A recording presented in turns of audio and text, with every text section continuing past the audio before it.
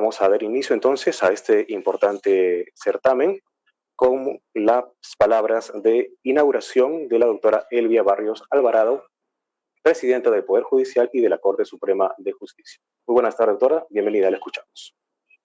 Muy buenas tardes con todas y con todos. Es un gusto para mí compartir con ustedes el día de hoy y darles la bienvenida a este curso que ha sido pensado para acercar el derecho, sus procedimientos y etapas en sus distintas especialidades a las y los profesionales de la comunicación.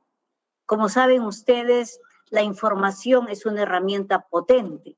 Nos sirve para estar informados, tomar decisiones, formarse una idea sobre determinado tema y dar a conocer lo que viene ocurriendo en el acontecer diario. Por ello es que informar es una gran responsabilidad que involucra conocer, más aún cuando se trata de procesos que se ventilan dentro del sistema de administración de justicia, donde los trámites, procedimientos y los resultados pueden resultar complejos o de poca comprensión para los ciudadanos de a pie, a quienes nosotros, Poder Judicial, brindamos este servicio. El curso que se ha propuesto para ustedes el día de hoy tiene por finalidad acercar los diversos conceptos que se desarrollan en el ámbito jurídico para que con un lenguaje sencillo y ágil se pueda transmitir a la ciudadanía el tratamiento que se le vienen dando a los casos en el ámbito judicial, así como los logros que vamos obteniendo con miras a garantizar un acceso a la justicia oportuno, diligente y, hay que decirlo, célere. Muchas gracias a usted, señora presidenta, por sus palabras en este acto de inauguración de este importante curso virtual para periodistas judiciales de las diversas Cortes Superiores de Justicia de nuestro país, al igual que los comunicadores de los diversos medios de nuestro país. Vamos a continuación a tener las palabras y ya la intervención con el tema programado para esta oportunidad, procesos constitucionales y de amparo y habeas corpus, a cargo de la autora Susana Inés Castañeda Otsu, quien es jueza de la Corte Suprema de Justicia de la República. Ella es jueza suprema provisional de la Sala Penal Transitoria de la Corte Suprema de Justicia desde enero de 2019. Es magíster en Derecho en Ciencias Penales por la Universidad Nacional Mayor de San Marcos de Lima. También es doctora en Derecho Constitucional y especialista en Derechos Humanos, ambos por la Universidad Complutense de Madrid, España. Profesora de la Maestría en Derecho Procesal de la Pontificia Universidad Católica del Perú y la Universidad Mayor de San Marcos de Lima. Autora de diversos libros y artículos en Derecho Constitucional y Procesal, Constitucional, Procesal Penal, Derechos Humanos y Derecho Judicial, entre ellos Derechos Constitucionales y Defensoría del Pueblo, Responsabilidad Disciplinaria de los Jueces, el proceso de habeas corpus, aspectos generales, entre otros. Damos la cordial bienvenida entonces a la señorita doctora Susana Inés Castañeda Otsu con el tema programado para esta primera fecha denominado Procesos Constitucionales de Amparo y Habeas Corpus, a cargo de la señorita doctora Susana Inés Castañeda Otsu. Bienvenida, muy buenas tardes, la escuchamos. Bien, buenas tardes a todos. En primer lugar, mi agradecimiento a nuestra presidenta de la Corte Suprema, la doctora Elvia Barrios Alvarado, por haber depositado su confianza en el doctor José Neira Flores, como ya lo dijo, un excelente magistrado y capacitador que ha organizado este curso para periodistas, y él también ha confiado en mi persona para poder llevar a ustedes uno de los procesos quizás más importantes que existen en el ordenamiento jurídico peruano para la defensa de los derechos fundamentales. Mi exposición tendrá en consideración hablar unos cuantos minutos en relación a los derechos fundamentales, luego algunas referencias al amparo y al habeas corpus, cómo existe una articulación entre la jurisdicción ordinaria, la constitucional y la internacional, para luego nosotros pasar a hacer unas reflexiones teniendo en consideración que ustedes desarrollan la función de periodismo sobre el amparo y habeas corpus y la libertad de expresión, cómo ha sido regulado, tanto a nivel constitucional y cómo se protegen algunos bienes jurídicos y derechos fundamentales en las otras áreas del derecho, para pasar a ver algunos casos relevantes de la Corte Interamericana y también del Tribunal Constitucional en relación a la libertad de expresión vinculada al amparo y habeas data, en especial también a los temas vinculados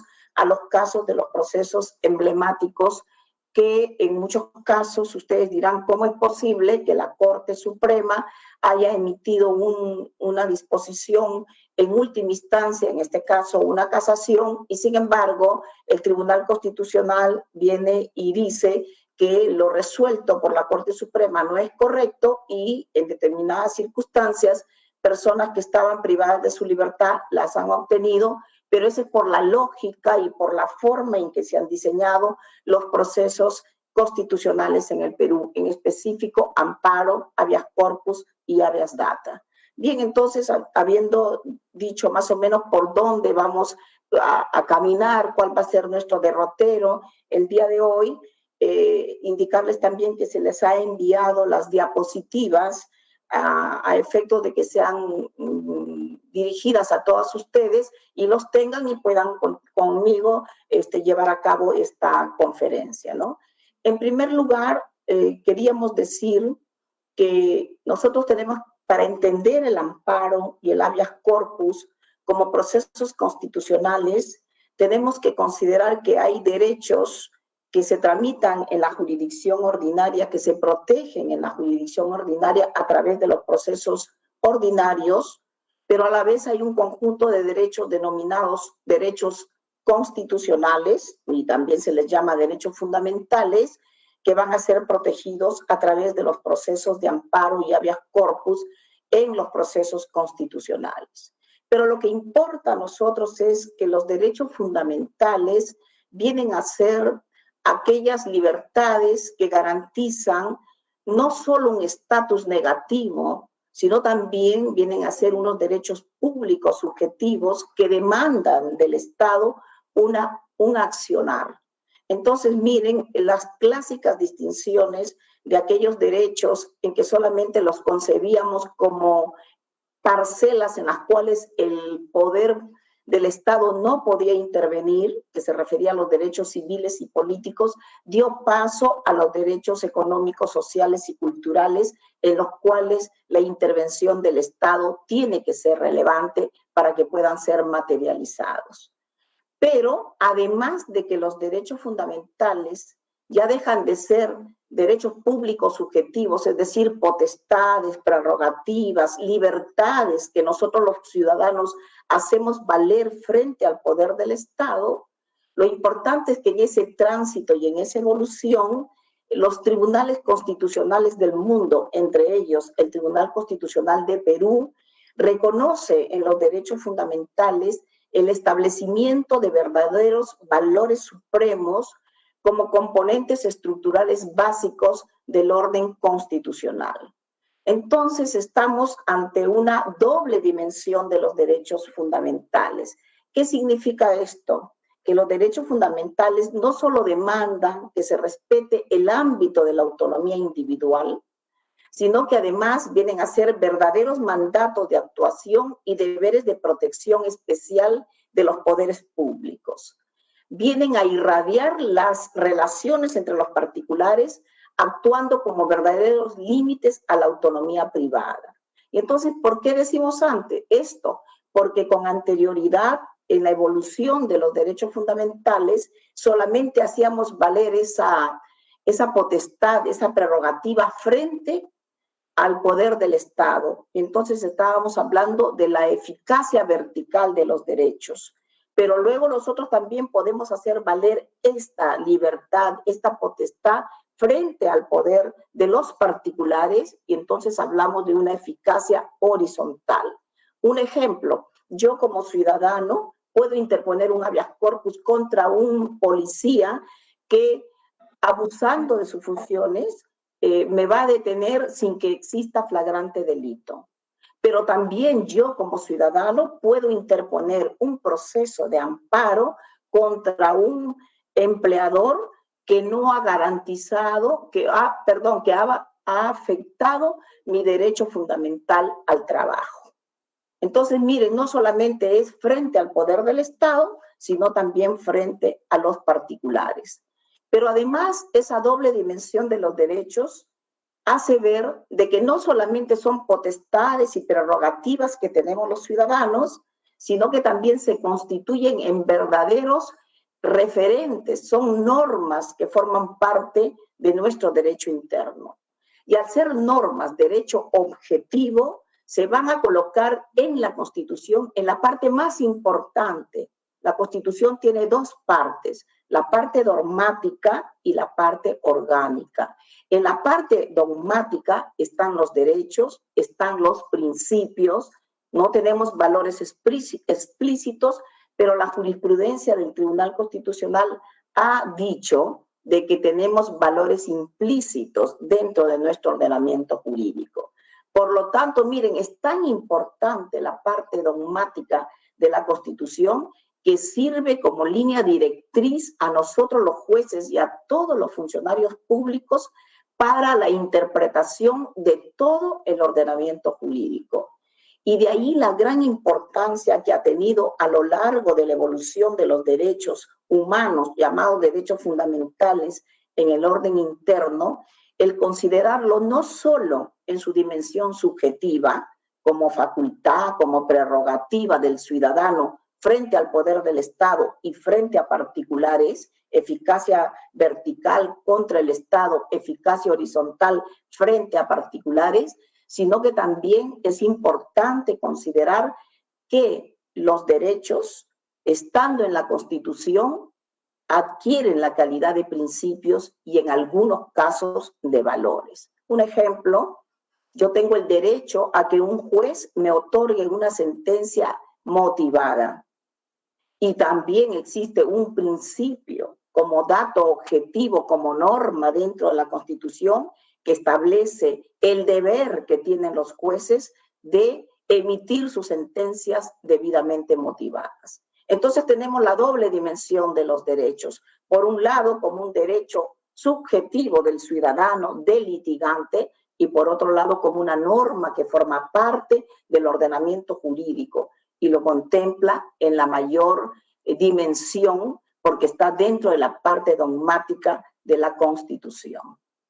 Bien, pero también es importante considerar que el Tribunal Constitucional peruano, siguiendo la jurisprudencia de otros tribunales constitucionales, ha tenido en consideración que dentro de nuestro ordenamiento existen libertades protegidas, la posición preferente de ciertos derechos, y dentro de esas libertades protegidas, la libertad de expresión y de información adquiere una categoría fundamental, especialmente cuando estamos en etapa de elecciones. ¿Por qué? Porque van a servir para informar a la población, para formar una corriente de opinión y pueda ejercer ese derecho de elegir en las mejores condiciones. Y por eso se dice que la libertad de expresión se refuerza en un Estado democrático de derecho. Bien, entonces miren, el amparo y habeas corpus han sido regulados en la Constitución peruana dentro del artículo 200 que se llama garantías constitucionales. Si nosotros abrimos el artículo 200 de la Constitución política, encontraremos un conjunto de garantías que el Código Procesal Constitucional le va a llamar procesos constitucionales. Entonces, miren, en el artículo 200 de la Constitución política, en primer lugar, vamos a encontrar como garantías constitucionales, denominados procesos constitucionales en el Código Procesal Constitucional, a las siguientes: la acción de habeas corpus, luego la acción de amparo, la acción de habeas data, la acción de inconstitucionalidad, la acción popular, la acción de cumplimiento, ¿no? Y de este grupo, luego lo veremos, algunas están dedicadas para la defensa de la Constitución en un sentido de defender las leyes del ordenamiento jurídico frente a aquellas disposiciones que contravengan a la Constitución. Pero también otras están dedicadas a la defensa de los derechos fundamentales. Pero ahora tampoco nos hagamos problema en cuanto a la clasificación que hace el artículo 200 de la Constitución como garantías constitucionales llamados procesos constitucionales en el Código Procesal Constitucional, como ya lo dijimos. No nos hagamos problemas. ¿Por qué? Porque también se ha establecido una teoría que se llama la doble dimensión de los procesos constitucionales. Así como hay una teoría de la doble dimensión de los derechos fundamentales, existe una de la doble dimensión de los procesos constitucionales, por medio de los cuales el amparo y el habeas corpus y el habeas data no solamente protegen derechos fundamentales, sino que también al proteger los derechos, protegen el ordenamiento jurídico. Y los procesos de inconstitucionalidad y acción popular no solamente defienden las normas en sentido abstracto, sino que también al defender el ordenamiento jurídico en las normas en sentido objetivo, van a defender los derechos de las personas. Y de ese modo se va a producir también la doble dimensión de los procesos constitucionales. Bien, esas ideas eran necesarias esbozarlas para establecer que en el ordenamiento jurídico peruano el amparo y el habeas data se constituyen como los principales mecanismos de protección de los derechos que consagra la Constitución. Por eso, cuando nosotros digamos cuál es la finalidad del amparo y del habeas corpus, la respuesta que tenemos que dar es muy sencilla. Son procesos constitucionales diseñados en la Constitución política cuya finalidad es la protección de la libertad individual y derechos constitucionales conexos, tratándose del habeas corpus, y de los demás derechos consagrados en la Constitución, tratándose del amparo, excepto los que tienen que ver con la protección del habeas data, que están referidos al artículo 2, inciso 5, y al artículo 2, inciso 6, el acceso a la información y la autodeterminación informativa. Es decir, que todos los demás derechos, o sea, libertad individual y derechos conexos, protegidos por el habeas corpus. Acceso a la información y autodeterminación informativa, protegidos por el habeas data. Y el gran listado de derechos que contiene nuestra Constitución van a ser objeto de protección por el amparo. Entonces, esa es su finalidad. Y tiene un objetivo, es retrotraer las cosas al estado anterior a la afectación del derecho. Por lo tanto, miren, este habeas corpus y amparo tienen rango constitucional, están en el artículo 200 de la Constitución. Además, el artículo 200 contiene una regla muy especial, luego de que hace la relación de los procesos constitucionales.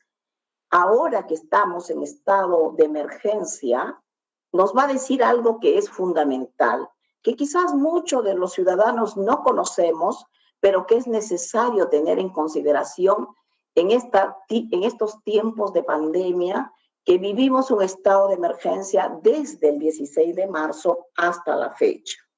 Dice, el ejercicio de las acciones de habeas corpus y de amparo no se suspende durante la vigencia de los regímenes de sección a que se refiere el artículo 137 de la Constitución.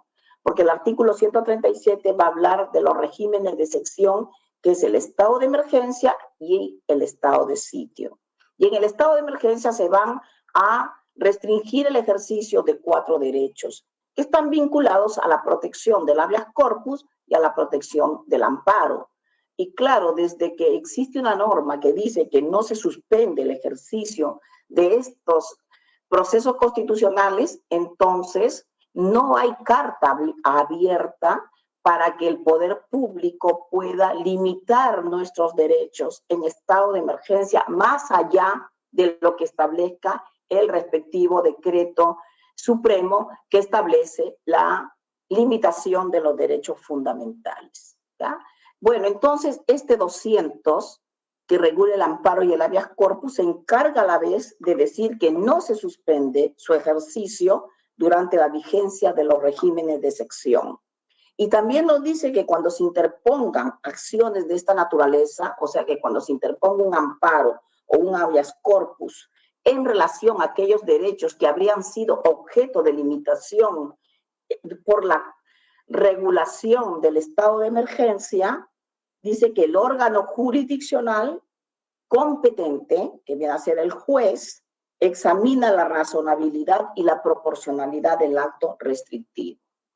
Bien, entonces es necesario que también sepamos entonces que durante esta etapa de amparo y de estados de emergencia, los amparos y habeas corpus pueden ser formulados y deben ser atendidos por los jueces, a tal punto que cuando se decretó el estado de emergencia, uno de los órganos de emergencia fue precisamente los jueces que tenían que recibir los amparos y los habeas corpus. Estos dos procesos constitucionales además están regulados en los tratados de derechos humanos. El artículo 7 de la Convención Americana se refiere al habeas corpus, como el artículo 25 se refiere a un recurso sencillo, rápido, eficaz, que según la jurisprudencia de la Corte Interamericana está relacionada con el amparo. Entonces, miren la procedencia. ¿En cuándo procede un amparo y un habeas corpus? El Código Procesal Constitucional se ha encargado de establecer cuándo un derecho puede ser objeto de protección por parte del amparo y del habeas corpus. En primer lugar, se requiere que el derecho tenga sustento constitucional directo. Y en segundo lugar, que tenga contenido constitucionalmente protegido. Si los derechos cuya tutela yo requiero ante el juez competente no tienen esas características, entonces el juez dictará un rechazo liminar de la demanda. Pero entonces, ¿qué es el sustento constitucional directo? Significa que serán objeto de protección por el amparo y el habeas corpus aquellos derechos que se encuentran con nombre propio consagrados en la Constitución política. Pero además habrán otros derechos que no tienen nombre, que se llaman los derechos implícitos, que se encuentran consagrados, su detalle, con su regulación, digamos, de una manera que permite abrir por la jurisprudencia la vía para que estos derechos ingresen al ordenamiento jurídico. El artículo 3 establece que hay una cláusula de derechos implícitos. Por lo tanto, miren ustedes, no solamente serán objeto de protección por el amparo y el habeas data aquellos derechos explícitos, lo que tienen nombre, lo que están en la Constitución, sino también los derechos implícitos. ¿Cómo van a ingresar? Van a ingresar vía jurisprudencia. Por ejemplo, a través del habeas corpus ingresó el derecho a la verdad, que es un derecho que no está en la Constitución, pero ingresa por la jurisprudencia del Tribunal Constitucional. El derecho al agua potable ingresa a través de un amparo al ordenamiento jurídico. Y así tenemos varios derechos que han ido ingresando vía la cláusula de derechos implícitos. Entonces, el juez lo primero que va a examinar en una demanda de amparo o de habeas corpus es si estos derechos están consagrados en la Constitución. Pero luego viene otro tema que está en el Código Procesal Constitucional, que el derecho tenga contenido constitucionalmente protegido. Y claro, ahí viene la gran diferencia entre el amparo y el habeas corpus, porque el amparo va a ser un proceso constitucional que no todos los derechos van a ser, no obstante que están en la Constitución, van a ser protegidos de manera inmediata. ¿Por qué? Porque se requieren ciertos presupuestos como los que están establecidos en el artículo 5.1 del Código Procesal Constitucional y también en el artículo 38 del acotado código. Entonces, miren, en las causales de improcedencia, porque así lo dice el código, pero nosotros lo tomamos en el sentido positivo, no de improcedencia, sino de procedencia. Miren ustedes lo que dice, ¿no? En el 5.1, no proceden los procesos constitucionales, refiriéndose al amparo y al habeas data, cuando los hechos y el petitorio de la demanda no están referidos en forma directa al contenido constitucionalmente protegido del derecho invocado. Y cuando vamos al artículo 38 del acotado código, nos dice, no procede el amparo en defensa de un derecho que carece de sustento constitucional directo o que no está referido a los aspectos constitucionalmente protegidos del mismo. Ejemplo, el derecho a la pensión. El derecho a la pensión está en la Constitución política, pero no todos los aspectos que forman parte, todos los contenidos del derecho a la pensión van a ser protegidos a través del amparo. Por ejemplo, el acceso, el tener derecho a una pensión es un aspecto que forma parte del núcleo esencial. Pero cuando yo tengo más allá del sueldo mínimo, una pensión más allá del sueldo mínimo, entonces tendré que ir al juez ordinario y no al juez constitucional. Mire, la jurisprudencia del Tribunal Constitucional es la que ha ido llenando de contenido los artículos 5.1 y 38 del Código Procesal Constitucional para que los jueces y el propio Tribunal Constitucional determinen en qué casos se encuentran con el contenido constitucionalmente protegido de un derecho que va a ser objeto de protección por el amparo, porque el amparo con el Código Procesal Constitucional pasó a ser un proceso residual, no alternativo como era antes del Código, mientras que el habeas corpus sí, yo puedo decidir si me voy al juez ordinario a través de una tutela de derechos buscando la protección cuando estoy sometido a un proceso penal, o me voy directamente a un juez constitucional contra un funcionario que ha ejercido arbitrariamente su poder, o lo denuncio en la vía penal. ¿Por qué? Porque el habeas corpus tiene esa virtualidad de que no precisa de ser un habeas corpus residual, sino que la opción la tiene el ciudadano de recurrir a la jurisdicción ordinaria o a la jurisdicción constitucional. Miren, y es muy importante el tema de la procedencia, porque si no se ha establecido bien el sustento de la demanda, va a haber un rechazo liminar de la misma. Las características de los procesos de amparo y habeas corpus son de que por la naturaleza urgente de la afectación tienen que ser procesos rápidos, sumarios, flexibles, preferentes frente a los procesos ordinarios. Se conciben como procesos de tutela urgente. Y entonces nosotros nos hacemos la pregunta, ¿son realmente el amparo y el habeas corpus en nuestro ordenamiento jurídico procesos de tutela urgente? En realidad, por la grave crisis de sobrecarga que atraviesa el Poder Judicial y también el Tribunal Constitucional, lamentablemente podemos afirmar de que no son procesos de tutela urgente, no porque en su configuración dejen de serlo, sino porque en la práctica muchas veces no se cumple. Y les digo un caso, por ejemplo, hace poco se emitió una sentencia por parte del Tribunal Constitucional respecto de un habeas corpus correctivo de una persona que se encontraba sufriendo carcelería en una prisión de Perú. Y como había la oportunidad de poder establecer los problemas de las prisiones con motivo de la pandemia del COVID-19, entonces se aprovecharon esa oportunidad para dar el Tribunal Constitucional una sentencia muy importante, por cierto, pero si alguien ve de qué fecha es la demanda y en qué fecha se resuelve, se dará cuenta que habría transcurrido más de 6 años.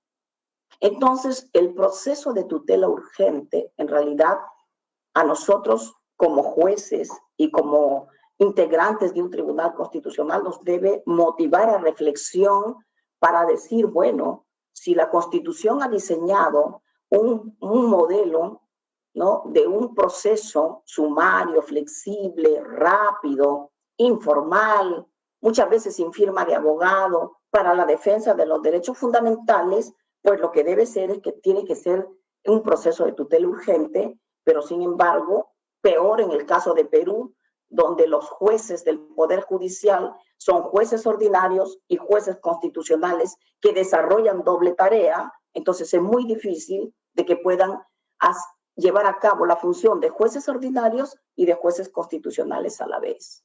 Pero eso no le quita la importancia de los procesos de amparo y habeas corpus para la protección de los derechos de las personas. En realidad son los mecanismos más idóneos, más importantes para la defensa de los derechos fundamentales. ¿Bien? Entonces, miren, aparte de estos puntos que hemos abordado de manera muy rápida, por supuesto, por el tiempo del que disponemos, vamos a hablar con el doctor Neira para hacer un curso dedicado para periodistas solamente con la jurisprudencia de la Corte Interamericana, del propio Poder Judicial, que tiene jurisprudencia muy importante, y del Tribunal Europeo de Derechos Humanos, donde nosotros vamos a ver cómo se abordan los problemas de los periodistas al momento de presentar la información y cuáles son los límites que tienen en el cumplimiento de su función. Eso sería muy bueno, ojalá que haya el tiempo correspondiente y también el interés de parte de todos ustedes. Pero en esta clasificación del amparo y del habeas corpus, tenemos que decir que tanto el amparo como el habeas corpus tienen la siguiente clasificación. Podemos hablar de un amparo y de un habeas corpus ordinario, y podemos hablar de un amparo y de un habeas corpus contra resoluciones judiciales. Entonces, miren, ¿cuándo un habeas corpus o un amparo es ordinario? Cuando el ciudadano, ¿no?, interpone una demanda, llámese de amparo para la protección de los derechos consagrados en la Constitución, más los requisitos que establece el Código Procesal Constitucional, o cuando el ciudadano interpone una demanda de habeas corpus, porque lo puede hacer de manera directa, y la dirige contra un funcionario o servidor público o un particular porque ha lesionado o amenazado la puesta en peligro de un derecho fundamental. Entonces, en ese caso es ordinario. En el caso del amparo, hay variedad de amparos. Hay el amparo previsional, el amparo laboral, un amparo arbitral, un amparo electoral, etc. El habeas corpus solamente tiene una modalidad de ser un habeas corpus ordinario. Pero luego, si yo como ciudadano interpongo ese amparo o ese habeas corpus contra una decisión de un juez, se va a llamar amparo o habeas corpus contra resoluciones judiciales. Y entonces aquí sí el tema va a cambiar. ¿Por qué? Porque el Código Procesal Constitucional en el artículo 4 me va a pedir dos temas, dos presupuestos que tengo que cumplir. En primer lugar, la firmeza de la resolución. O sea, yo no puedo acudir de manera paralela a la jurisdicción ordinaria y a la jurisdicción constitucional, sino que yo tengo que haber agotado todos los recursos que me franquea el proceso ordinario para pasar a interponer una demanda de amparo o de habeas corpus contra la decisión de un juez. Miren, esto es muy importante porque han habido decisiones de parte del Tribunal Constitucional en las cuales, y una última muy importante, la persona va al Tribunal Constitucional cuando aún no había resuelto la Corte Suprema la casación. Entonces, resolvieron sin que se haya dado la firmeza de la resolución. Se llegó a establecer un concepto de firmeza sobreviniente para poder admitir y poder conocer el habeas corpus. Pero hubieron votos singulares de parte de 3 magistrados que dijeron que no se daba el presupuesto de la firmeza de la resolución. Entonces, miren, para interponer un amparo y un habeas corpus, la resolución judicial tiene que ser firme. Y firme significa no dejar de interponer el recurso y que quede consentida, no, tiene que quedar ejecutoriada. El ciudadano, el litigante, tiene que hacer uso de todos los recursos que le franquea la ley. No consentir en el agravio, eso es lo que se dice. Y luego tiene que afectarse la tutela jurisdiccional efectiva y tratándose del habeas corpus más la libertad individual. Entonces el artículo 4 va a establecer un conjunto de derechos que forman parte de la tutela judicial efectiva y que habilitarían poder interponer amparos y habeas corpus contra resoluciones judiciales. Tratándose del amparo, la gran cantidad de amparos son los amparos previsionales. Tratándose del habeas corpus, la gran cantidad de habeas corpus son contra resoluciones judiciales. Por lo tanto, es importante establecer más o menos un criterio, ¿no?, de lo que ha seguido el Tribunal Constitucional cuando le ha llegado vía recurso de agravio constitucional, en última y definitiva instancia, las demandas de las sentencias de amparo y de habeas corpus dictadas por las salas del Poder Judicial, llámense civiles, constitucionales como el caso de Lima, salas penales tratándose de habeas corpus. Cuando se interpone un habeas corpus contra la decisión de un fiscal, estamos ante un habeas corpus ordinario. Para que sea habeas corpus contra resolución judicial tiene que ser dictada por un juez. Y claro, el amparo además admite una modalidad que se llama el amparo contra amparo, que bueno, será objeto de otra exposición si es que hay la oportunidad de hacerlo, ¿ya? Entonces, miren, lo importante que les he presentado este círculo, entender de que existe una jurisdicción ordinaria a cargo de los jueces del Poder Judicial, que estamos habilitados por el artículo 138 de la Constitución Política, una estructura piramidal que empieza con la Corte Suprema en el vértice y termina con los jueces de paz no letrados, y que son la ancha base de una justicia que forma parte de la jurisdicción ordinaria. Estas decisiones de los jueces pueden ser conocidas en la jurisdicción constitucional y luego, una vez que yo he interpuesto un amparo, un habeas corpus o un habeas data y esta resolución no me ha sido favorable, doy por agotada la vía interna y puedo irme a una jurisdicción internacional compuesta por los comités de Naciones Unidas y por la Comisión Interamericana, que eventualmente, si se dan los presupuestos, va a pasar el caso a la Corte Interamericana de Derechos Humanos. Ese es nuestro sistema jurídico, así se ha implementado el nivel de jurisdicciones y claro, cuando hablamos de amparo y habeas corpus, nos ubicamos en la jurisdicción constitucional.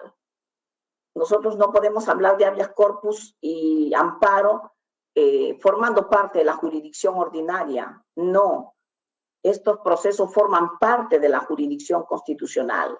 Y la competencia del amparo y el habeas corpus es que en primera y en segunda instancia conocen los jueces del Poder Judicial y eventualmente, si la resolución es denegatoria, llega al Tribunal Constitucional vía recurso de agravio constitucional. Excepto algunas situaciones que ha establecido el Tribunal Constitucional para habeas corpus provenientes de tráfico ilícito de drogas, de terrorismo y también de situaciones vinculadas al lavado de activos que permite que el demandado pueda llegar al Tribunal Constitucional. Eso no está en la Constitución, ¿eh? Eso está por jurisprudencia. Porque en realidad el único que debe llegar al Tribunal Constitucional es el demandante, porque él es el que ha sentido la afectación de su derecho fundamental y ante un acto lesivo que daña o amenaza su derecho fundamental es que acude en busca de una tutela urgente. Entonces el demandado no acudió ante el juez constitucional del Poder Judicial o ante el Tribunal Constitucional, pero en los casos de tráfico de drogas, lavado de activos y terrorismo, por jurisprudencia se permite que llegue el demandado. Bien, dicho esto, que es en realidad una situación que estamos hablando para poder entender de manera pronta lo que es un amparo y un habeas corpus, lo importante es que son procesos de tutela urgente, que están regulados en la Constitución y en los tratados de derechos humanos, que buscan reponer las cosas al estado anterior de la afectación del derecho, o que si se trata de una amenaza de que ésta no se produzca. Entonces, miren, lo que interesa para el caso de los que ejercen la función de periodistas es que la libertad de expresión está consagrada en el artículo 2, inciso 4 de la Constitución Política, en el artículo 13 de la Convención Americana de Derechos Humanos y en el artículo 19 del Pacto Internacional de Derechos Civiles y Políticos. Ahí se va a establecer qué contenido tiene la libertad de expresión, miren, pero además, y eso es bien importante, también se va a establecer cuáles son sus límites para el ejercicio de esta libertad de expresión.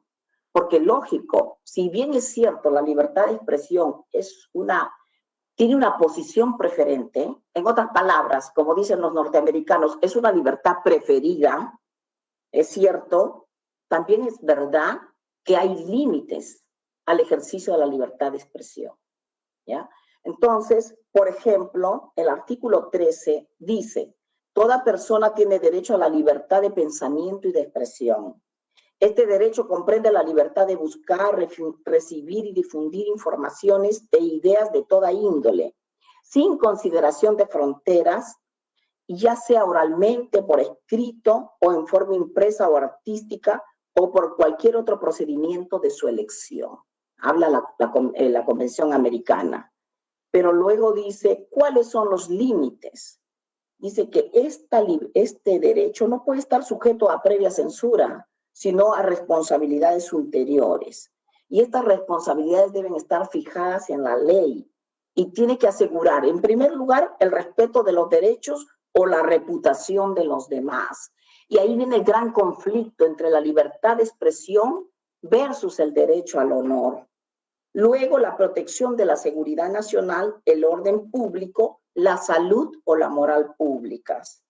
Luego, no se puede restringir el derecho de expresión por vías o medios indirectos, tales como el abuso de controles oficiales, etcétera, etcétera. En realidad, miren ustedes, la regulación del artículo 13 en la Convención Americana es bien detallada, pero más aún se enriquece con la jurisprudencia que emiten los órganos internacionales de protección.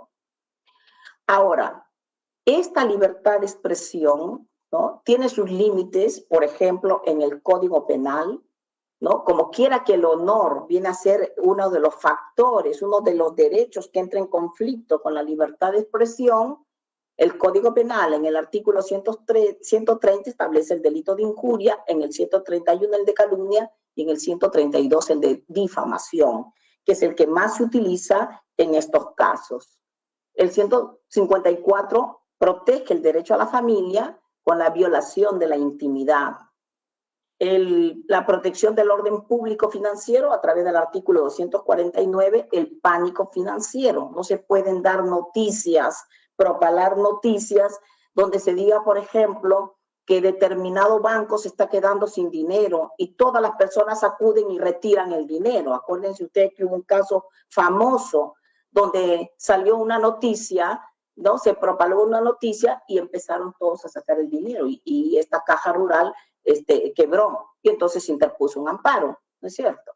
Luego, la protección de la tranquilidad pública, el 136A habla de la apología del terrorismo a través de medios de comunicación social. No se puede hacer esa apología a través de un medio de comunicación social o un ultraje a los símbolos, a los próceres o héroes de la patria, como está en el artículo 304, o la obstrucción a la justicia. En el Código Civil, estos son algunos ejemplos, en el Código Civil también encontramos límites, como está el derecho a la intimidad personal y familiar, regulada en el artículo 14, el derecho a la imagen y a la voz, en el artículo 15. Y existe una concordancia que podemos encontrar en la Ley de Radio y Televisión, que es el artículo 39, donde dice que la responsabilidad legal por violaciones a la dignidad, el honor, la intimidad, la imagen y la voz de las personas y en general de los derechos reconocidos legalmente a las personas e instituciones se rigen por las disposiciones establecidas en el Código Civil. ¿Ya? Entonces, miren, estos constituyen límites al ejercicio de esta libertad de expresión.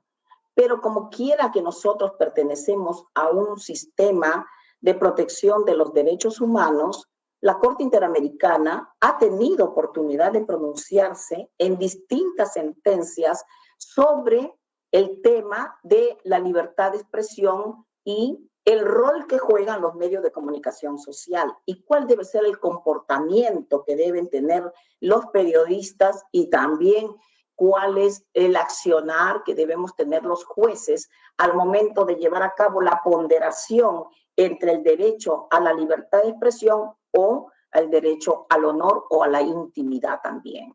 Entonces, mires, en el caso Herrera Ulloa versus Costa Rica, que es un caso bien interesante, la Corte Interamericana dijo que los medios de comunicación social juegan un rol esencial como vehículos para el ejercicio de la dimensión social de la libertad de expresión en una sociedad democrática. ¿Ya? Por eso es indispensable que se recojan a más diversas informaciones y opiniones. Se dice que la libertad de expresión se debe ejercer con responsabilidad, dada la función social que se desarrolla. Y acá viene algo que fue fundamental en el caso Herrera Ulloa, que los periodistas que laboran en los medios de comunicación gocen de la protección y de la independencia necesaria para realizar sus funciones a cabalidad, ya que son ellos quienes mantienen informada a la sociedad, requisito indispensable para que ésta goce de una plena libertad y el debate público se fortalezca. Estamos hablando del año 2004, pero luego la Corte ha tenido otros fallos donde siempre ha hablado sobre la libertad de expresión, ¿no? Y de la protección que se le debe dar a lo que son los medios de comunicación y a la labor de los periodistas. Pero luego hay un caso muy interesante que es el caso Memoli versus Argentina, que ya estamos hablando 9 años después, en el año 2013, la Corte Interamericana nos va a decir que existe un deber del periodista de constatar en forma razonable, aunque no necesariamente exhaustiva, los hechos en que fundamenta sus opiniones.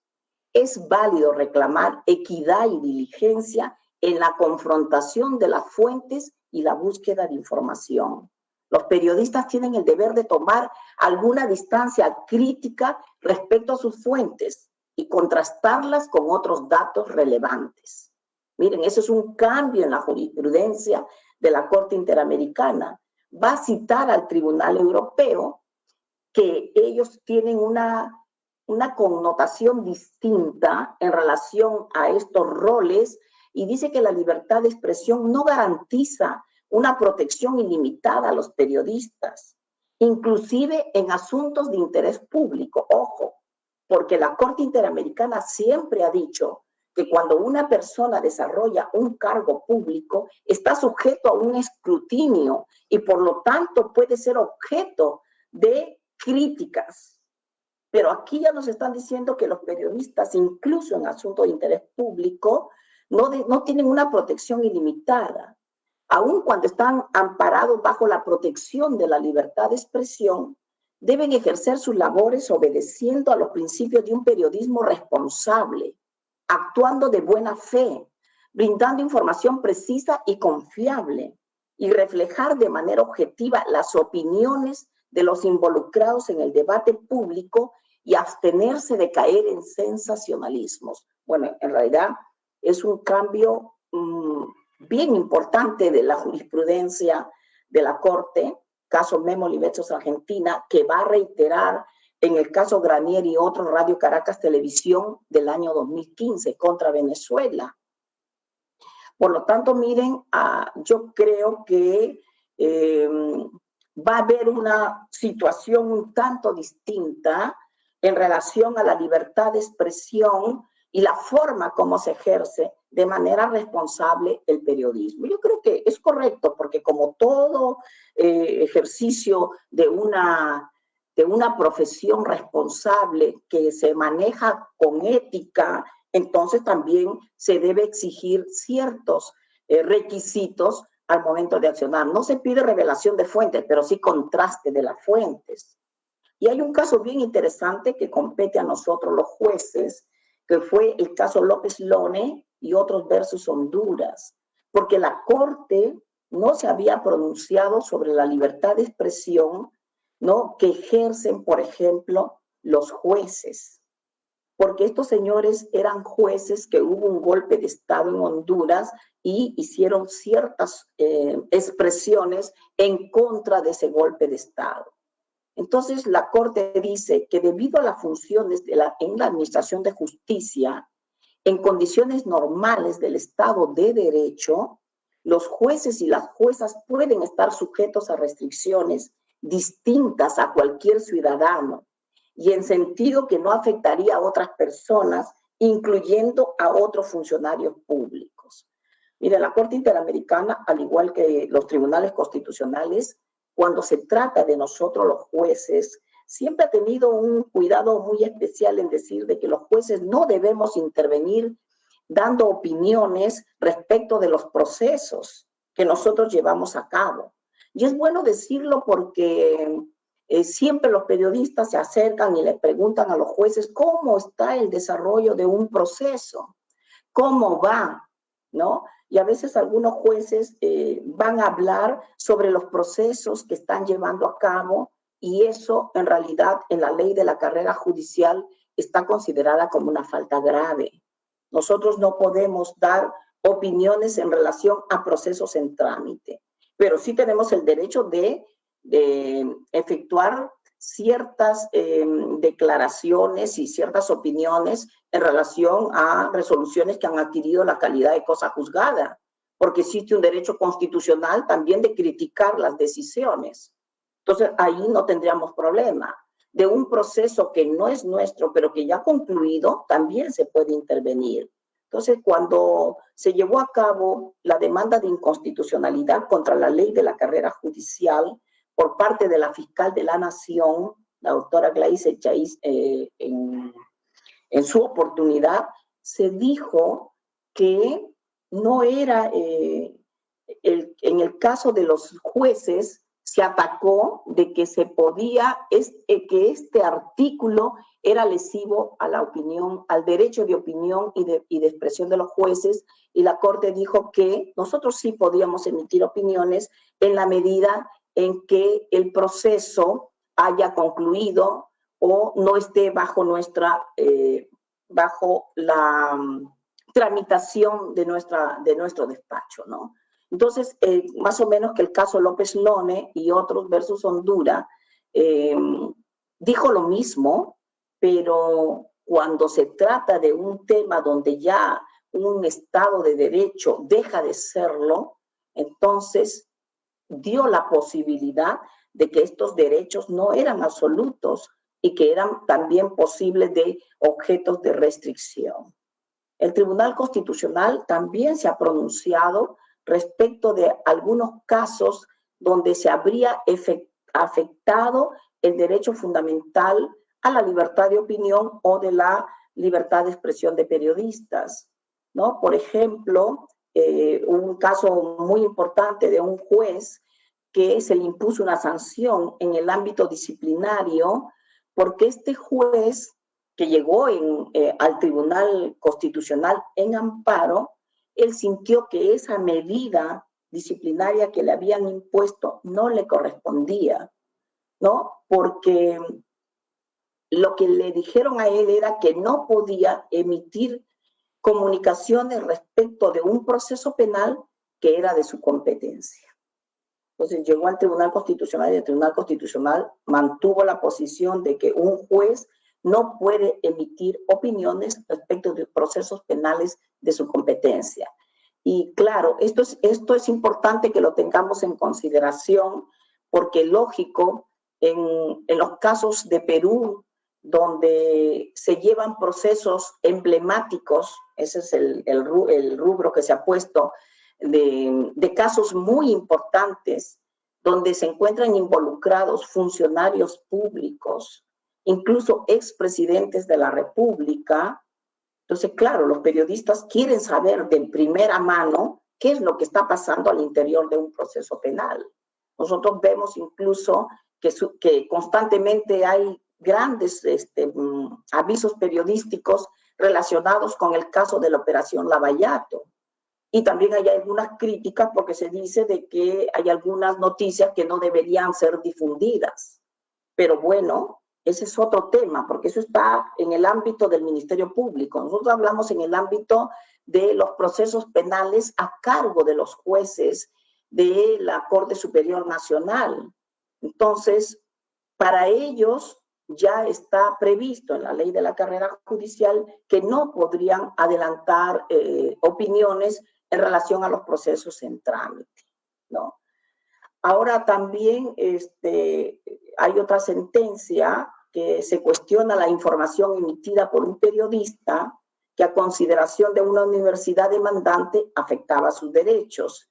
Y yo les digo por qué, les he enviado en las diapositivas el número de sentencia para que ustedes con tranquilidad las puedan bajar y las puedan leer y vean el modo en que el Tribunal Constitucional aborda el tema de lo que es la afectación a los derechos fundamentales, ya sea por parte de la persona que se siente que se le ha violado el derecho fundamental o aquella persona que considera pues que esas afirmaciones que ha vertido un periodista no son las correctas y que necesita que se le repare en su derecho al honor o en su derecho a la intimidad.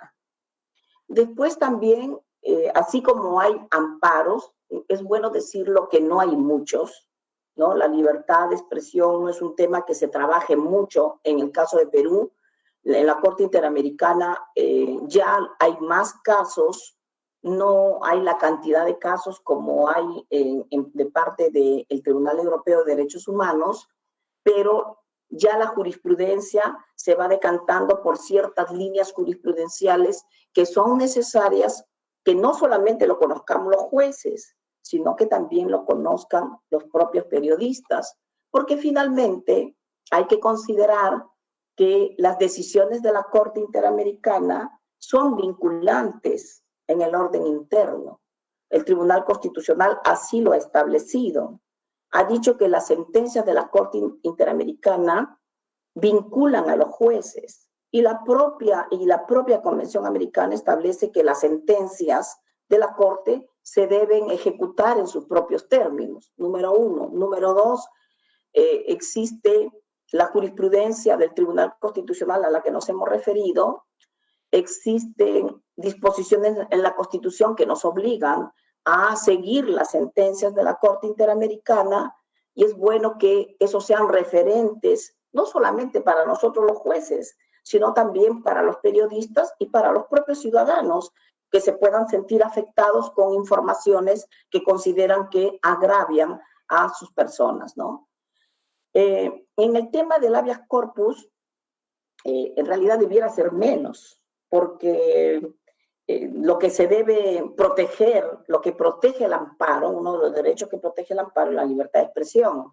Entonces, ¿cómo es que a través de un habeas corpus que protege la libertad individual podría considerarse un tema de afectación de la libertad de expresión? Tiene sus excepciones cuando la persona se encuentra sometida a un proceso penal y también está sujeta a comparecencia con restricciones o a un mandato de prisión preventiva. Entonces, ahí es evidente que existe una conexión con la libertad individual porque la persona se encuentra privada de su libertad.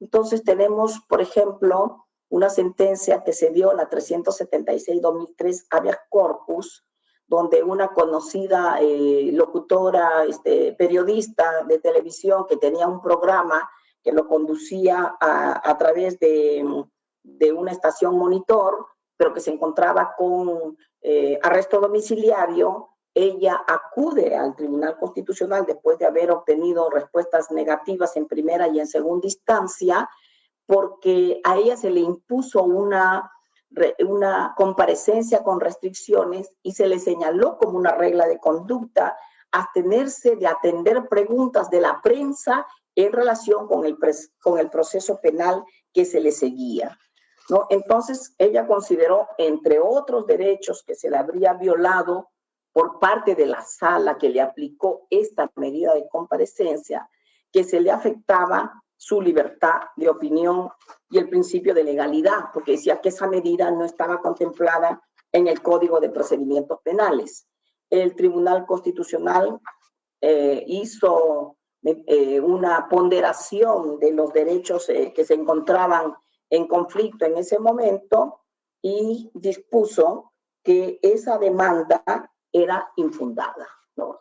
Y entonces, a partir de esa decisión, algunos jueces empezaron a emitir dentro de sus fallos como regla de conducta que la persona se abstenga de emitir pronunciamientos públicos en relación a su proceso, ¿no? Sobre cuando la prensa o un medio de comunicación radial pidiera su intervención, ¿no? Entonces, eso es lo que tenemos en este habeas corpus. Después, también tenemos un famoso caso de una periodista de farándula, de los espectáculos, mejor digamos de los espectáculos, donde también tuvo una sentencia condenatoria porque habría violado la intimidad, ¿no? Y la Corte Suprema ratificó su condena, interpuso un habeas corpus y llegó al Tribunal Constitucional, ¿no? Y era un tema, decía que había hecho un ejercicio correcto de su función de periodista y que no había afectado la intimidad de una persona a la que la filmaron teniendo relaciones sexuales. Entonces, el Tribunal Constitucional declaró infundada también esa demanda y sería bueno también que la leyeran porque allí fija muchos conceptos que son interesantes en relación a lo que es la labor de un ejercicio periodístico y lo que es la violación a la intimidad y al honor de la persona. Y también últimamente, no digamos últimamente, pero antes de la ley de la carrera judicial, se dio una sentencia, la 2262-2004, en el proceso de habeas corpus, donde a un juez que se le seguía un proceso penal por el delito de cohecho, también la resolución judicial le impuso al demandante la obligación de no declarar sobre el proceso penal que se le seguía por el delito de cohecho en agravio del Estado. Miren, estos son más o menos los casos que ha abordado el Tribunal Constitucional. Hay otros casos más, por supuesto. Ya vamos a ir concluyendo para dar un espacio de preguntas. A la persona que lleva a cabo, que está controlando este evento, estamos 19:13, 2 minutos para concluir, para 15 minutos para pregunta, ¿le parece bien? Correcto, doctora, muy bien.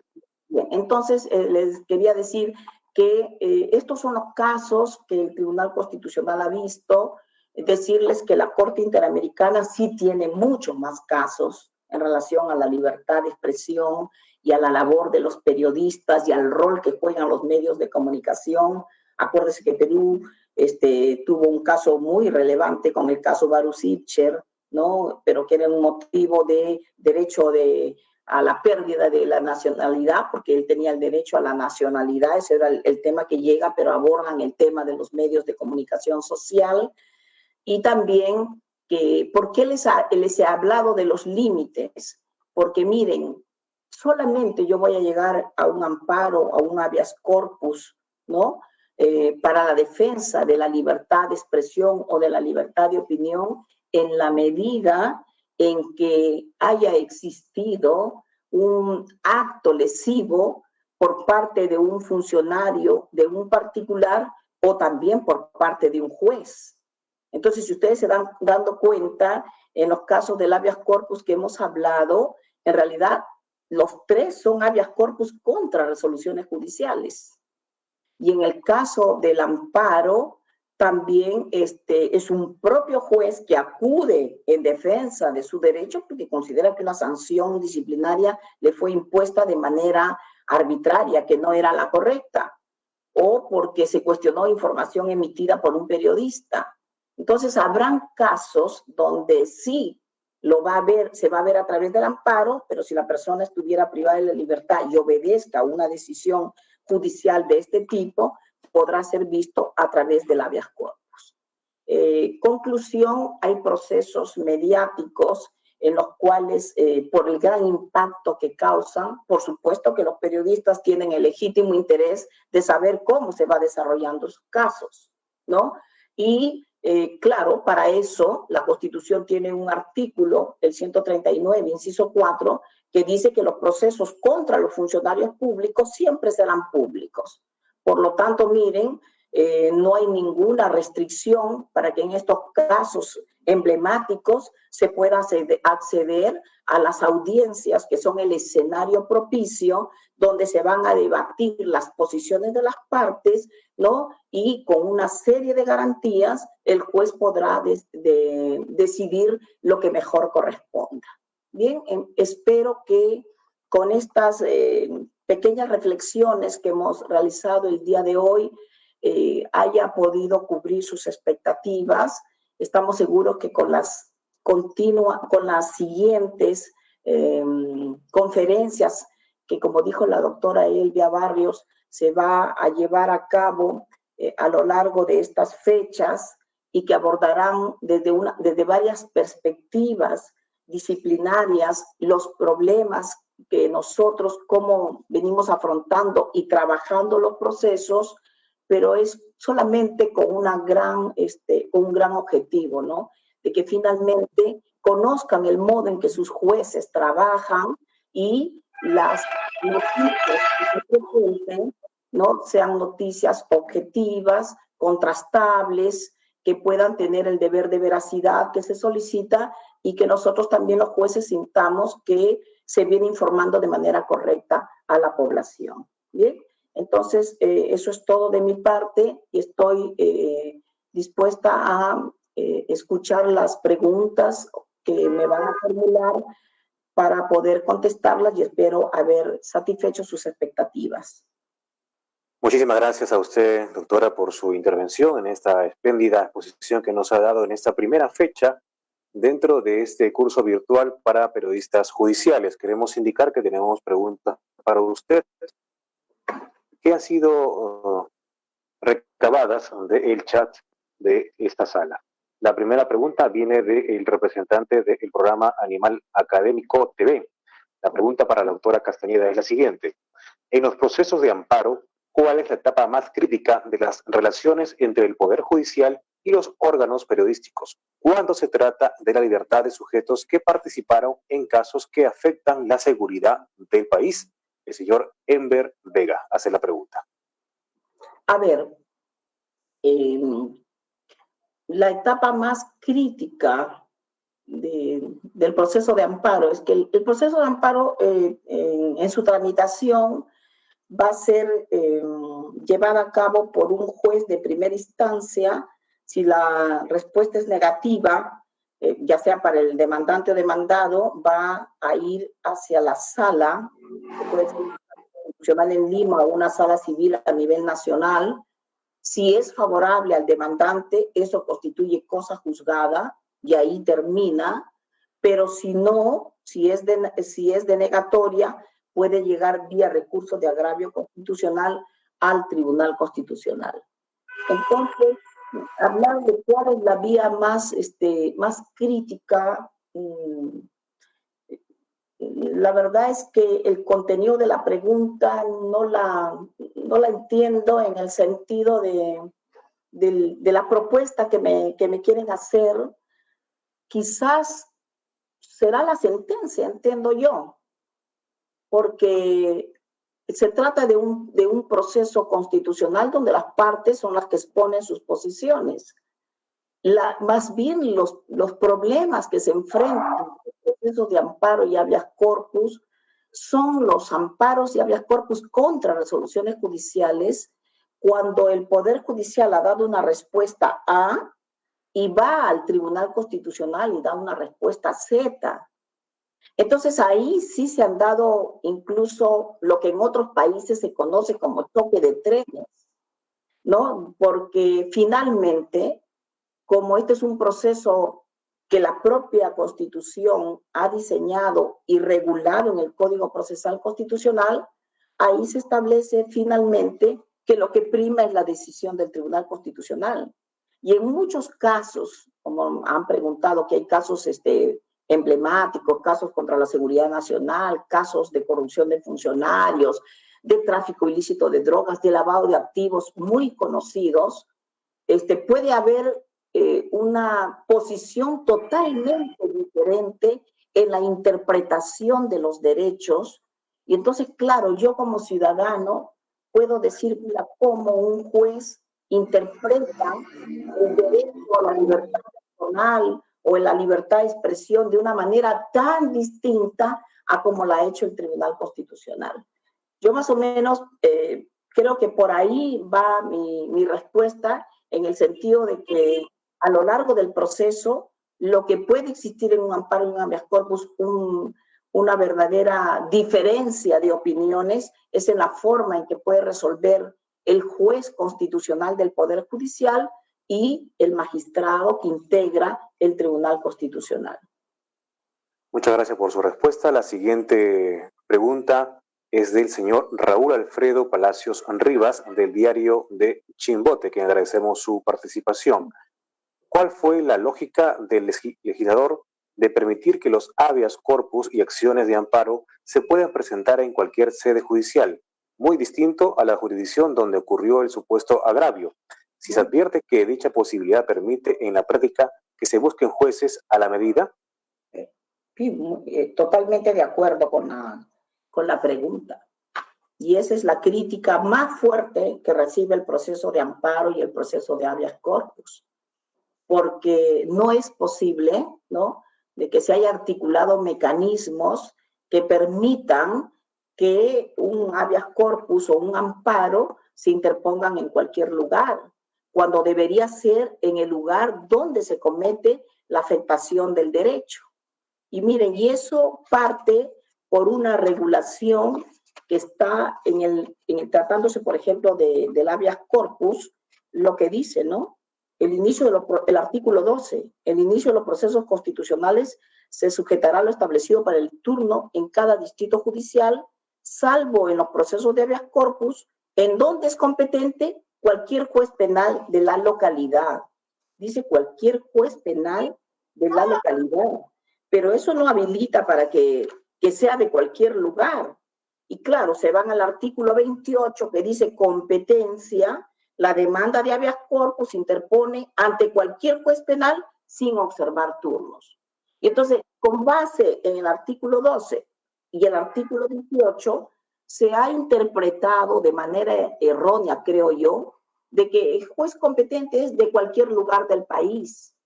Y lamentablemente la jurisprudencia del Tribunal Constitucional ha dicho que para facilitar el acceso a la justicia se puede interponer el habeas corpus, porque así lo dice el artículo 28, en cualquier lugar del país, y yo creo que eso no debe ser así, sino que debe respetarse dónde se llevó a cabo el acto lesivo, ¿no? Y no esperar lo que pasa ahora, ¿no? Que un fiscal, de manera paralela, puede ser objeto de 10 demandas de habeas corpus en distintos lugares. Entonces, el tiempo que debe dedicar en resolver sus asuntos los está dedicando en emitir informes en los procesos de habeas corpus, o en los procesos de amparo se van y señalan otro domicilio en otro lugar y también interponen el amparo en cualquier lugar. El Poder Judicial presentó un proyecto de ley durante la presidencia del doctor Duverly Rodríguez para que se fijara las reglas de competencia de amparo y habeas corpus y se evitara esto que a veces da lugar a corruptelas en el Poder Judicial. Pero lamentablemente eso no ha tenido respuesta, pero hay que seguir insistiendo. Yo creo que no es posible lo que viene ocurriendo, ¿no? De que los habeas corpus se presenten en cualquier lugar del país. Muchas gracias por su respuesta. La siguiente pregunta es del señor Renato Sandoval, del portal Investiga de Trujillo. También agradecemos su participación. Las acciones de amparo o habeas corpus pueden presentarse en cualquier judicial. Un juez no puede opinar sobre un caso abierto, pero un miembro del TC puede hacerlo. Ya, la primera parte de la pregunta ha sido contestada con la respuesta que he dado, en el sentido de que no es correcto. Lo vienen haciendo porque hay una interpretación que a mí no me parece que es correcta, pero mientras el Tribunal Constitucional no cambie de parecer, se va a seguir aceptando. En segundo lugar, de que si un juez puede hablar sobre sus procesos en trámite, hemos dicho que no, eso ya está en la ley de la carrera judicial como una falta grave y ha sido interpretada por el Tribunal Constitucional en una demanda de inconstitucionalidad contra la ley de la carrera judicial. Y la última parte de la pregunta, ¿cuál era? Indicaba si un juez puede opinar sobre un caso abierto, pero un miembro del TC puede hacerlo. Ya. Lamentablemente, y eso también lo estamos viendo, nosotros no podemos hablar sobre un proceso abierto porque lo dice la ley de la carrera judicial. Un miembro del Tribunal Constitucional, ya lo hemos visto constantemente, incluso en medios periodísticos, emiten opiniones incluso que para nosotros los jueces, seguramente el órgano de control consideraría que hemos adelantado opinión. Pero bueno, ellos no tienen la restricción que tenemos nosotros en nuestra ley de la carrera judicial.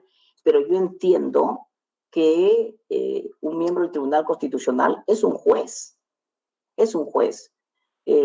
porque ya la Corte Interamericana ha establecido cuál es el concepto de juez. El juez no es aquel que solamente accede a la carrera judicial y tiene una cinta y llega a la Corte Suprema o puede estar todo el tiempo después de paz.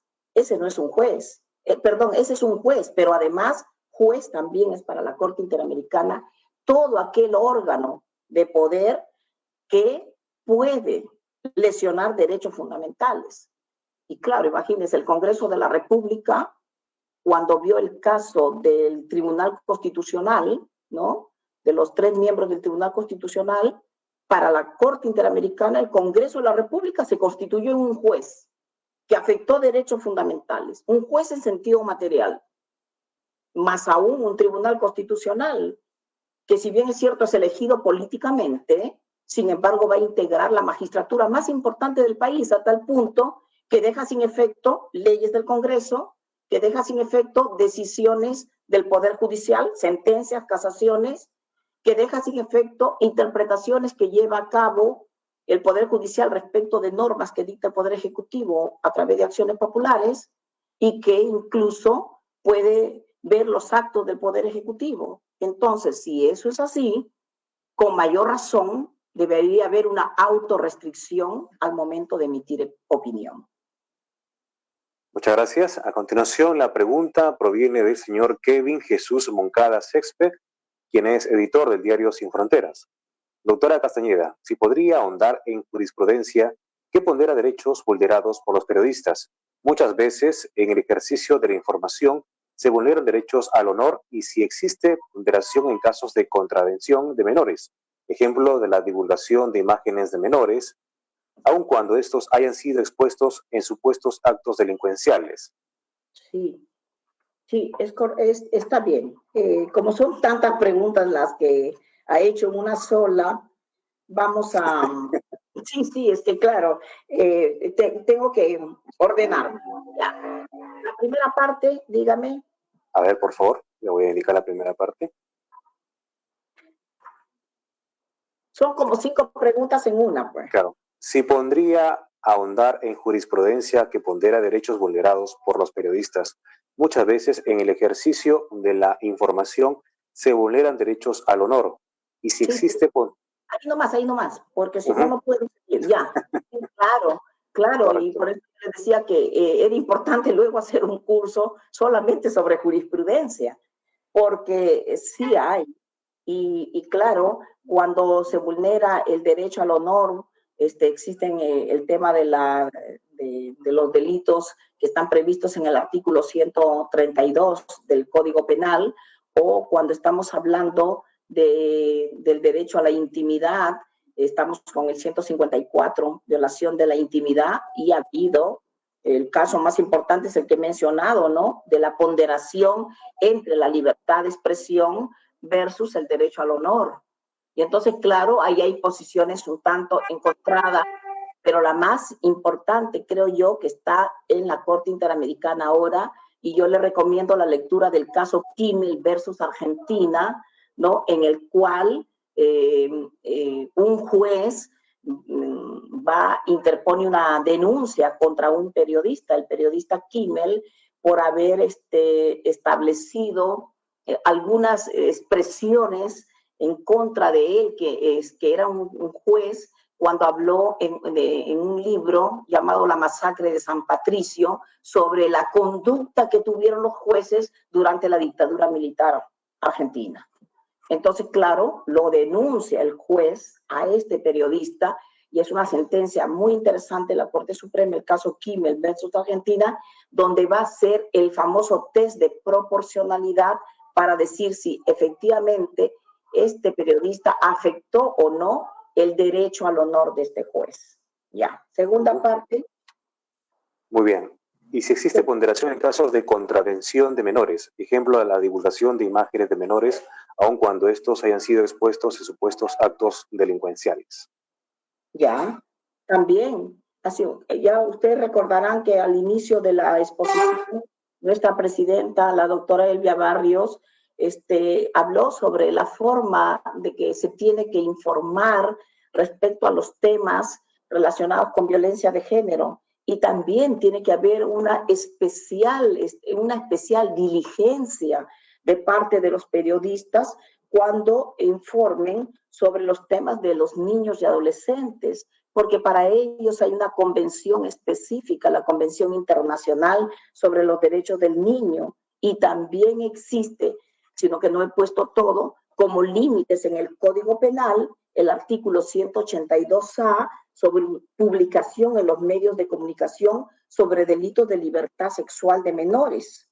Entonces, dice, los gerentes o responsables de las publicaciones o ediciones a transmitirse a través de los medios de comunicación masivos que publiciten la prostitución infantil, el turismo sexual infantil o la trata de menores de 18 años de edad serán reprimidos con pena tal.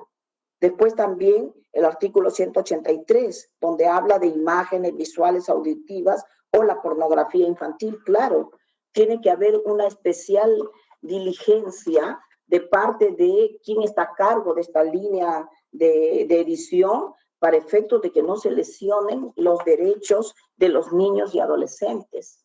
Y es verdad que, bueno, lamentablemente este es un tema ya renuente en nuestro país, que en muchos casos la presunción de inocencia bajo regla de tratamiento y a la que se ha referido la Corte Interamericana en diversas sentencias, en el caso peruano no se cumple. Última pregunta, de parte del señor Oscar Mostajo de la revista Actualidades. ¿Ya? Siendo la naturaleza de las acciones constitucionales urgentes y de inmediata atención, ¿por qué las demandas constitucionales tienen un trámite procesal que en cuanto a los lapsos se parece mucho a los procesos comunes? Ya lo dije, expliqué que la naturaleza del proceso de amparo y de habeas corpus era ser de un proceso de tutela urgente. Y es más, yo me pregunté, ¿serán procesos de tutela urgente? Y les dije que no. Y lo tengo clarísimo, que no lo son. Y de eso estamos viéndolo, y di el ejemplo del habeas corpus correctivo, ¿no? que después de 6 años se resolvía. Imagínense ustedes, una persona que decía que dormía en el penal, creo que era de Puno, en todo el frío y sufría de los pulmones. Después de 6 años dar una respuesta a alguien que está manifestándonos esto, bueno, parece un chiste, ¿no? Entonces, la verdad, los procesos de tutela urgente necesitan una reingeniería a nivel de la normativa peruana, ¿no? Yo siempre he dicho, ¿para qué nosotros en realidad, en el caso peruano, los amparos y habeas corpus lo conocen los jueces del Poder Judicial? En otros países, los amparos y habeas corpus van directamente al Tribunal Constitucional, no los ven los jueces del Poder Judicial. Nosotros somos jueces ordinarios, tenemos nuestro trabajo, nosotros tenemos una gran carga procesal, y a esa gran carga procesal se le adiciona los amparos y habeas corpus, habeas data, procesos de cumplimiento y acciones populares. Imagínense ustedes. Si al final todo casi llega al Tribunal Constitucional. Entonces, ¿para qué? Debiéramos hacer una reingeniería, un cambio normativo, como es en España, como es en Portugal, donde los jueces de Poder Judicial no tramitan amparo de habeas corpus. Ellos se encargan a llevar a cabo sus procesos propios de su función. Los procesos constitucionales los ven los tribunales constitucionales, que así debiera ser.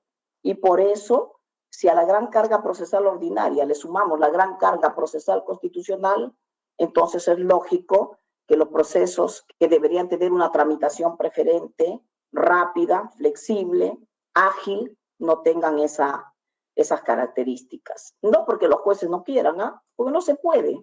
Materialmente a veces es imposible. Muchísimas gracias a usted, doctora Susana Inés Castañeda Oso, por su intervención en esta primera fecha de este importante curso virtual para periodistas judiciales y también para lo que son representantes de medios de comunicación a nivel nacional.